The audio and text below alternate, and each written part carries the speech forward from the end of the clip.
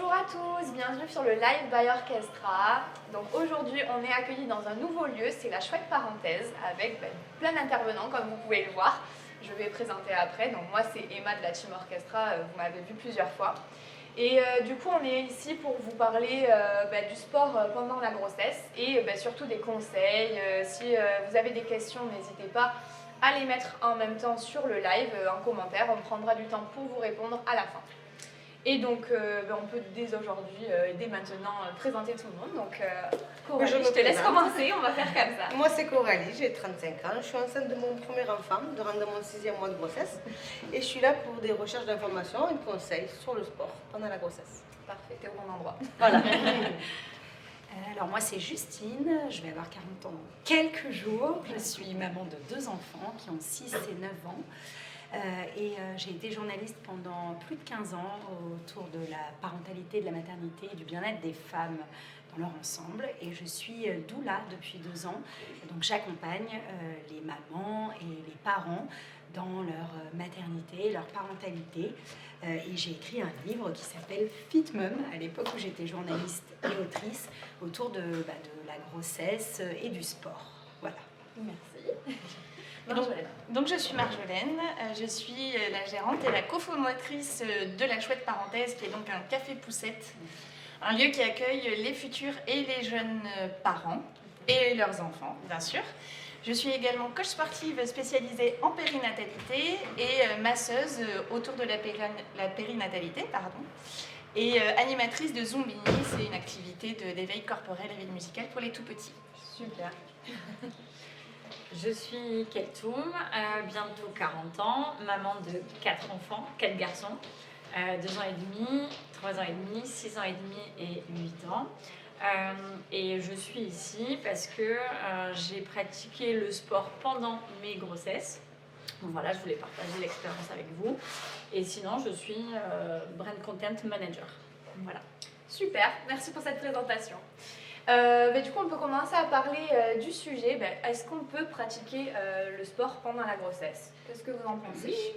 Alors oui, c'est un grand oui, avec juste un petit bémol, à partir du moment où effectivement il n'y a pas de contre-indication de santé, on peut tout à fait pratiquer plusieurs activités sportives. Alors moi, plutôt que sport, je parle d'activité sportive. Le fait de marcher, c'est aussi une activité. Le fait de bouger, c'est très important pendant la grossesse s'il n'y a pas de contre-indication. D'accord, ok, bon, très bien.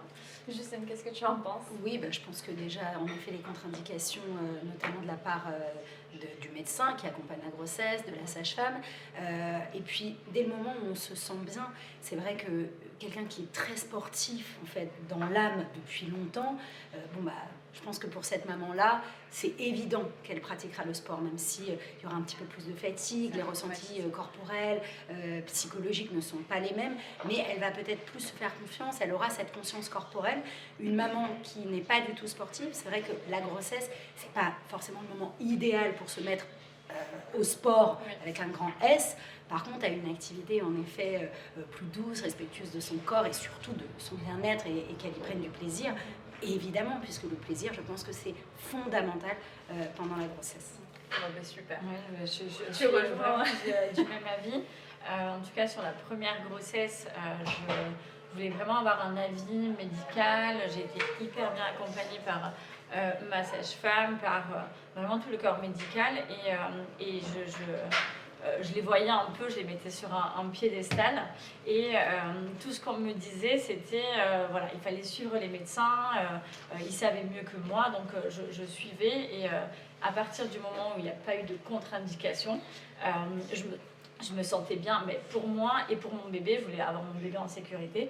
Donc si j'avais pas eu le go des médecins, je pense que je l'aurais pas fait, même si c'était vraiment une envie, un besoin.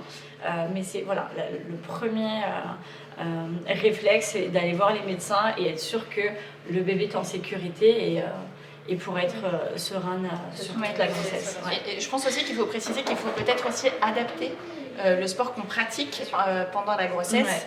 Il faut notamment éviter les sports à impact pour le bien du bébé, pour pas se prendre de coups, pour protéger aussi son périnée, de pas trop faire des activités avec des sauts, des changements aussi de direction trop brutaux, trop rapides. Pourquoi ? Parce que le centre de gravité change et donc on peut avoir tendance à perdre très rapidement l'équilibre et l'idée c'est pas de tomber pendant une grossesse. Donc voilà, c'est vraiment les deux petits points. Une précision du médecin comme quoi c'est ok, se sentir bien et puis adapter sa pratique physique. Ok. Et du coup, quel sport pratiquer pendant la grossesse? Réellement, à part la marche.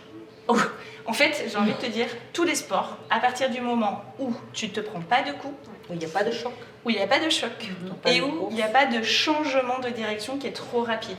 D'accord. Donc ça élimine des choses, hein, mais globalement ça peut être tout à partir du moment où on l'adapte. Aussi. Et puis je pense que se faire confiance aussi, comme je l'ai dit, c'est sûr qu'une nana qui fait des marathons, mettons, c'est son sport de vie, même si elle court un peu, évidemment qu'elle va l'adapter, on va pas être sur les mêmes capacités et les mêmes ressentis qu'une nana qui n'a jamais couru. Évidemment, quand commençait la course enceinte, pas du tout. C'est vrai que moi, les sports que je préconise aux mamans que j'accompagne, évidemment que c'est leur sport de prédilection à elles, mais comme tu l'as très bien dit, il y a des sports comme la boxe, non. Voilà. Ou alors dans le vent, hein. Oui, bien sûr, comme bien sûr, comme le body combat. Non, mais Oui. c'est vrai, comme le body combat, en effet, tu as totalement raison. Mais c'est vrai que les sports de prédilection, c'est pour moi le yoga, le pilate, parce qu'en plus de ça, il va y avoir une vraie conscience du périnée dans ces sports-là. Et puis, c'est des sports qui peuvent s'adapter au fil des trimestres, parce qu'on va commencer par un yoga classique ou un pilate classique. Et il existe des yogas et des pilates aussi prénataux et même post-natal. Donc c'est vrai qu'on a tendance à se faire accompagner et qu'il y a un suivi.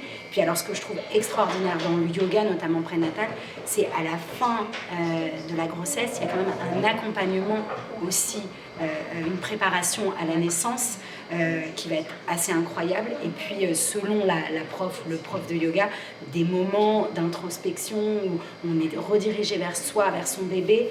Et je trouve que ça élargit en fait, que ça va au-delà même du sport. Oui. Et ce que je trouve très intéressant. C'est un mélange de tout. Justement, à ce sujet, nous, on a questionné notre communauté un petit peu déjà sur les sports qu'ils pratiquaient aussi. Et puis, est-ce qu'ils déjà pratiquaient une activité sportive pendant leur grossesse? On s'est aperçu que 68% de nos répondants ne pratiquent pas d'activité sportive, physique. On a 20% qui en pratiquent de temps en temps. Et puis après, on en a 12% qui en pratiquent régulièrement. Donc, je ne sais pas après à quel degré ils l'ont pris, cette activité physique. Est-ce que la marche, ils se sont dit, je ne le compte pas comme une activité physique, alors que Sandrine, comme on en parlait tout à l'heure. Donc voilà, c'était notre petit sondage sur nos réseaux. Et du coup, on a fait parler notre communauté pour ça. Alors, les bienfaits, il y en a énormément. Énormément. Je pense que le premier bienfait, moi, que je vois tout de suite, c'est le côté psychologique. Ça libère les hormones. Si la personne, elle est sportive, pour elle, ça va être d'une grande frustration extrême de ne pas bouger. Le mouvement, c'est quand même assez important parce que au-delà de la grossesse, moi, je vois plus loin. En fait, le fait de faire du sport, ça va amener aussi de la force, de l'énergie, de la puissance pour l'accouchement, qui n'est quand même... tu as besoin de cette force-là, tu as besoin de cette énergie-là. Et puis, au-delà même, en postpartum, non, mais c'est vrai. Parce que moi, je parle pas de douleur dans la naissance, je parle d'intensité. De l'intensité de la même manière qu'on va vivre une expérience hors du commun, une belle rencontre. Et il faut cette puissance-là. Et dans le postpartum, on va porter son bébé. Le but, c'est pas de se taper une tendinite la première semaine parce qu'on porte son bébé, parce qu'on le berce, parce qu'on a besoin de cette énergie-là. Et si on ne fait rien pendant la grossesse, je trouve que c'est dommage. Et parfois, bien sûr que certaines mamans, elles n'auront pas d'autre choix que de rester au lit, alitées. Et je pense à elles, à ces mamans-là, parce que ça va être d'autant plus compliqué pour elles le postpartum. Il va falloir qu'elles retrouvent beaucoup d'énergie, de forme. Et là, il va y avoir beaucoup de ressources autour d'elles en termes d'accompagnement. Et voilà. Et puis après, évidemment, physiquement, mais ça, je laisse parler la coach. Moi, c'était plus sur le côté mental et sérénité, quoi. Ah, mais le mental, c'est quand même très très important. Hein. Les bienfaits, il y en a plein au niveau de la posture. C'est vrai que quand on est enceinte et quand on a un jeune bébé, on a tendance à se regrouper vers le devant. Il y a la poitrine qui prend de la place. Puis après, on porte bébé. Donc le fait de travailler sur sa posture, notamment au yoga, au pilates, au renforcement musculaire, à la marche, peu importe, ça va nous aider à se tenir droit. Et c'est important. Et on va éviter des maux de dos qui peuvent arriver après la grossesse et des fois pendant 4 à 5 ans après. D'accord. Donc oui, c'est pas juste, c'est vraiment prendre de soi sur le long terme. Au niveau de tout ce qui est transit intestinal, ça va être aussi important. Là, je pense que les femmes enceintes savent de quoi je parle. On peut avoir quelques petits problèmes en termes d'évacuation, le fait de bouger, d'activer sa circulation sanguine, le système respiratoire, le fait aussi de bouger, d'aller un petit peu bouger les intestins, ça peut faciliter l'évacuation de tout ce qu'on a évacué quand on est enceinte et qui a des fois un peu du mal à sortir. Tu parlais des hormones, bien sûr, c'est très important. Et puis, ça va jouer aussi sur la fatigue le soir, le fait de... quand on a bougé un petit peu, on va être plus fatigué, on va peut-être mieux dormir. Voilà, ça, j'ai mis toujours un petit bémol parce que le sommeil, c'est aussi un sujet. On peut s'endormir plus facilement, mais être réveillé, ça, je garantis pas qu'on soit pas réveillé la nuit. Et puis, on va aussi aller travailler les muscles transverses et ça, c'est très important. Ok. Et Kaltoum, toi qui as pratiqué du sport pendant ta grossesse, est-ce que tu as vu des bienfaits particuliers sans forcément avoir lu d'article à ce sujet? Alors, j'étais plutôt basée sur l'énergie, comme tu dis. C'était, alors comme je pratiquais vraiment le sport à raison de 5 fois par semaine avant mes grossesses, donc c'était un besoin. J'avais besoin de ne pas me sentir différente de cet état. Parce qu'il y a une phrase qui revient souvent, c'est « t'es enceinte, t'es pas malade ». Et tu sais, de s'approprier ce nouveau corps qui est en train de changer. Même les points d'équilibre sont différents. Donc c'est essayer de rester la même, mais avec ce petit être qui grandit en nous, d'aller chercher de l'énergie. Et puis, personnellement, j'avais besoin d'être en activité tout le temps. Il y avait aussi le côté qui vient après, c'est le côté poids. Oui. Je ne sais pas si j'ai réussi à ne pas prendre trop de poids parce que je faisais du sport. Mais en tout cas, sur la première grossesse, j'ai pris que 9 kilos. Donc j'étais assez en activité, donc j'étais et je me préparais aussi puisque je faisais du yoga et du pilates. En plus, avec de la sophrologie, j'avais besoin que ça soit un fil rouge dans cette grossesse pour pouvoir me préparer à l'accouchement, tout simplement. Et c'était pour moi, en fait, ça m'a permis d'être dans un état de sérénité, de me dire, en fait, il y a tellement de choses qui changent, comment je vais pouvoir avoir un repère de l'avant ce corps, l'avant cette vie qui porte la vie. Et je l'ai trouvé dans le sport, vraiment. C'est une sérénité, tout simplement. Et beaucoup d'ancrage aussi, beaucoup d'ancrage.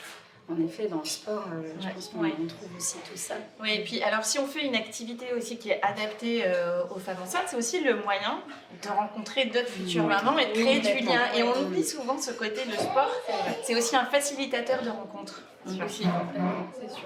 Mais est-ce que vous avez des petites anecdotes sur vos activités sportives, tout ce que vous avez pu rencontrer pendant votre grossesse? Alors, une anecdote, justement, tout à l'heure, on disait, en fait, on est sur l'activité et pas le sport. Moi, je sais que, à l'époque, j'habitais au 4e étage, donc j'avais ce besoin de monter et descendre les 4 étages presque en courant et de me sentir moi-même, malgré, même avec ce ventre. Et en y repensant, je me disais, mais maintenant, même enceinte, est-ce que je vais monter les 4 étages en courant? Non. Et d'ailleurs, je suis au rez-de-chaussée maintenant. C'est pour ça que ça soit le rez-de-chaussée. C'est ça.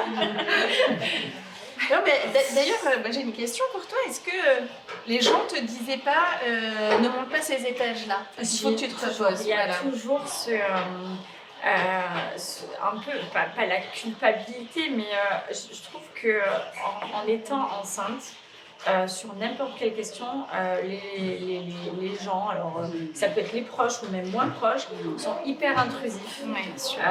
Ça va être sur tu dois faire ça et moi j'ai fait ça, ou alors même en venant toucher le ventre. Voilà, on est presque vulnérable. Sur tout le monde a son avis, permet de donner son avis. Les conseils non sollicités. Alors que, parce qu'on disait tout à l'heure, l'avis qui m'importait, c'était le corps médical et puis m'écouter moi-même. Est-ce que j'en suis capable? Est-ce que j'en ai envie? Est-ce que j'en ai besoin? Mais après, oui, on entendait mais tu devrais pas faire ça et pourquoi ça? Mais parce que ce sont les peurs en fait des gens, c'est les peurs vraiment limitantes, et en plus de ça, le fait d'être enceinte, c'est un peu le bébé de la société, quoi. C'est pas que le sien, c'est pour ça que les gens te touchent le ventre, c'est vraiment le bébé de tout le monde, et c'est vrai qu'il y a beaucoup de ça. Et pour revenir à l'avis du corps médical, même du côté du corps médical, et ça moi je le vois aussi en tant que doula, il y a ce qu'on appelle le syndrome de la blouse blanche, du tout-puissant qui va te donner son avis. Et moi, c'est vrai qu'il y a des fois où j'ai su jauger si c'était un avis médical d'une grande bienveillance qui prenait en compte qui j'étais, et pas que un avis médecin, oui, bah, alors, vous ne ferez pas trop de sport. Hein. Et c'est comme ça d'ailleurs qu'on comprend qui va être notre médecin, qui va être notre sage-femme, parce qu'il faut qu'ils prennent en compte aussi qui on est. Et c'est vrai que moi, par exemple, pour ma deuxième grossesse, pour Timothée, j'ai fait de la danse classique jusqu'au 4e jour avant d'accoucher, ce qui n'est pas évidemment dans les capacités ni dans l'envie de toute femme enceinte, mais moi c'est parce que je dansais depuis longtemps, et parce que ça me faisait du bien, et parce qu'au-delà de ça, je n'avais aucun problème physique, c'est-à-dire que j'étais vraiment bien. Peut-être que maintenant, à l'aube de la quarantaine, j'aurai un 3e enfant, je ne ferai pas du tout ça, peut-être que je le ferai, mais j'en sais rien, chaque grossesse est différente, chaque personne est différente, et c'est vrai qu'on n'est pas là non plus pour amener d'autres injonctions auprès de certaines mamans qui vont se dire, bah, moi j'ai pas pris 9 kilos, j'en ai pris beaucoup plus, ou bah, moi j'avais pas la forme, j'avais pas l'envie de faire du sport, parce que c'est vrai que moi je remets surtout au centre, quelle est ton envie à toi? Qu'est-ce qui te procure du plaisir? Qu'est-ce qui va t'amener de l'ocytocine, qui est l'hormone de l'amour, de lien d'attachement, et qui va être hyper importante pour accoucher, et pour la lactation si les femmes souhaitent allaiter, et pour le lien d'attachement avec bébé, donc c'est une hormone incroyable. Et c'est vrai que pour moi, c'est remettre au centre qu'est-ce que tu veux toi, comment tu veux être actrice de ta grossesse, et comment après tu seras actrice de ta maternité. Et c'est vrai que je trouve que le sport, c'est aussi ça. Oui, tout à fait. Et je pense que s'il y a quand même 68%, c'est ce que tu disais tout à l'heure, de femmes qui ne font pas de sport, c'est aussi parce qu'il y a une pression de l'entourage de dire il ne faut pas bouger, il faut se reposer. Moi, c'est pareil, j'ai eu une grossesse très active et me reposer, c'était pas possible. En fait, j'avais besoin de me défouler. Et c'est pour ça que je suis contente qu'il y ait des lives qui permettent justement de dire faites-vous plaisir, c'est important, vous avez envie de bouger, bougez. Et alors du coup, avec tout ce que tu as entendu, est-ce que toi, il y a quelque chose qui pourrait t'intéresser? Est-ce que tu te... Alors pratiquer le sport? Ouais. Je suis déjà bien active avec mes travaux, donc... C'est du sport en fait. Ça reste un sport, mais non, je vais plutôt me protéger en fait. Même si, voilà, je suis quand même un petit peu active. Je ne vais pas aller courir ou aller... Je marche même. Voilà. Ça, c'est bien. J'ai même une activité. Hein, voilà. Moi, j'ai marché jusqu'à la veille de mon accouchement, démontée comme ça, et ça me faisait beaucoup de bien. Par contre, j'étais seule. C'était mon vrai problème, de marcher seule. Il y a peut-être des groupes de mamans. Mais hein, oui, c'est grâce à des cafés comme ça qu'on ici, on a de la gym poussette et du même fit. Il y a un truc qui est intéressant, et c'est vrai que certaines mamans qui parfois ont ce même type de discours, c'est si elles aimaient danser, par exemple, avant la grossesse. Moi, je trouve qu'il y a des cours maintenant de danse prénatale et de danse postnatale, où là, tu n'as même plus l'impression de faire du sport, tu es complètement en sécurité, et tu danses, tu écoutes des musiques que tu aimes, et c'est vrai que de danser, voilà, d'être dans le mouvement avec bébé, c'est à essayer. Ça, c'est sympa. Ou chez toi, avec ta musique préférée. C'est à essayer. Non, mais c'est vrai, il y a plein d'activités maintenant qui sont proposées par des professionnels formés à la périnatalité et qui peuvent donc prendre en considération les futures et les jeunes mamans aussi, et leur proposer une activité qui leur fait bien. Il existe plein de choses. Oui, c'est ça. Alors, déjà, tous les conseils et les sports qu'on nous pratiquer et des groupes avec qui on pratique. Bah, du coup, Orchestra aussi est là pour ça et pour accompagner toujours les mamans et les femmes enceintes du coup pour le sport aussi. C'est-à-dire qu'on a une collection d'articles que vous pouvez trouver, donc des brassières de sport, des débardeurs, des petits hauts en tout cas qui maintiennent tout, et puis des leggings aussi de grossesse pour le sport. Donc on en a quelques-uns un petit peu par ici, donc je peux vous les montrer rapidement, mais bon du coup on les fait en plusieurs coloris. Donc voilà, on a les hauts, on a bien sûr les brassières. Voilà, donc hop, je te laisse montrer avec grand plaisir. Donc voilà, les brassières qui sont bien faites, en tout cas à l'intérieur également pour la poitrine. Les agrafes derrière. Et je te laisse la brassière. Et les leggings du coup. Donc voilà, plusieurs tailles, bien sûr, toujours avec cette ceinture du coup qui vient protéger le ventre et on se sent un peu plus à l'aise en tout cas quand on bouge. Voilà, donc et puis qu'on peut remettre également en fait quand on a postpartum, voilà, postpartum et même en fait quand on n'est pas enceinte, puisque c'est vrai que en fait on est toujours à l'aise dans les vêtements un petit peu taillés. On les garde des fois un petit peu longtemps. Voilà, pour l'allaitement. Pour l'allaitement, ça c'est top, super. C'est ça. Donc est-ce qu'on peut faire du sport aussi en allaitant? Ça aussi, c'est hyper important. Donc on a un petit peu tout, et puis je te laisse faire passer si jamais tu veux montrer donc plusieurs coloris. Je te laisse présenter ton livre rapidement quand même. Eh ben, écoutez, c'est Fit Mom, tonique et en forme pendant la grossesse.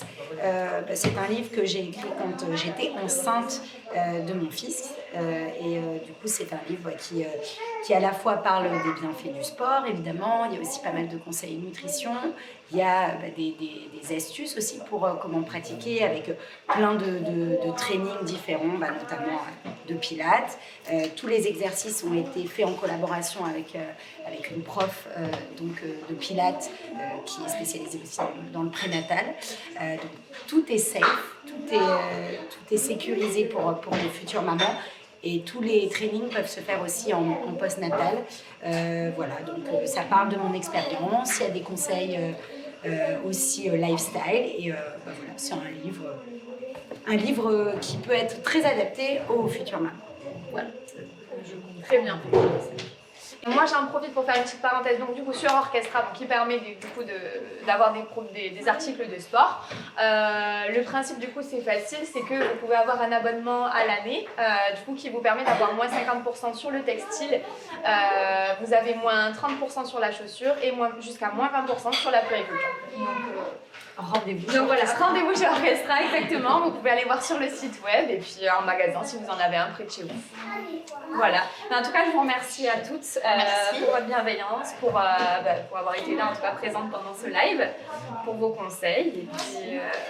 Et puis, de toute façon, même si vous avez d'autres questions, on peut y répondre plus tard sur mes réseaux, en magasin, et on pourra vous apporter toute l'expertise dont vous avez besoin. Voilà, merci beaucoup.